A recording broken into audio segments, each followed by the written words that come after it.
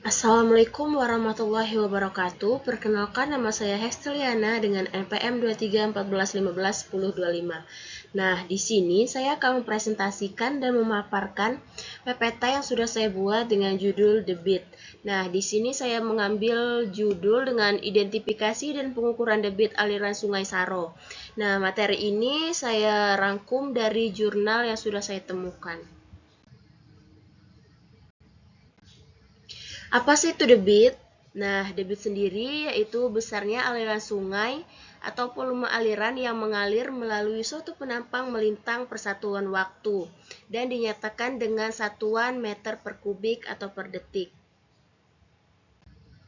Nah, pengukuran debit dapat dilakukan secara langsung dan secara tidak langsung.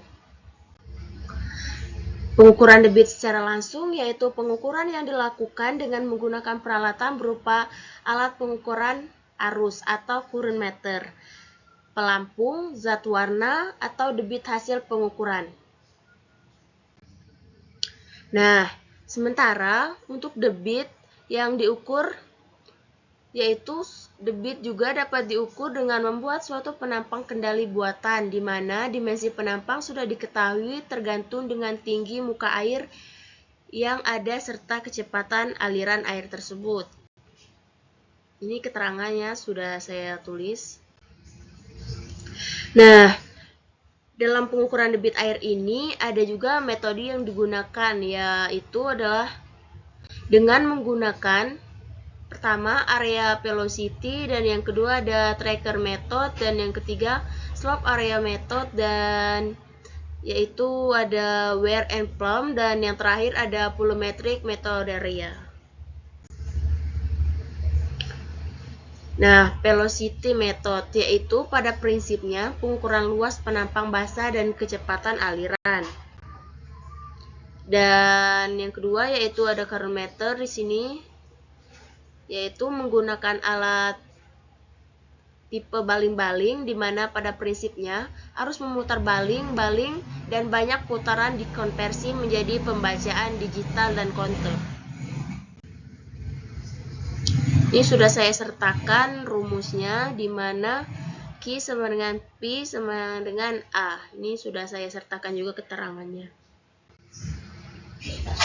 Nah, teknik pengukuran debit aliran langsung di lapangan pada dasarnya dapat dilakukan melalui 4 kategori. Yang pertama yaitu mengukur menggunakan volume air sungai. Dan yang kedua pengukuran debit dengan cara mengukur kecepatan aliran dan dapat menentukan luas penampang melintang sungai.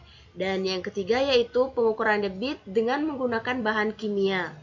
Dan yang terakhir yaitu ada pengukuran debit dengan membuat bangunan pengukuran debit seperti weir atau aliran air lambat atau plumb aliran air cepat.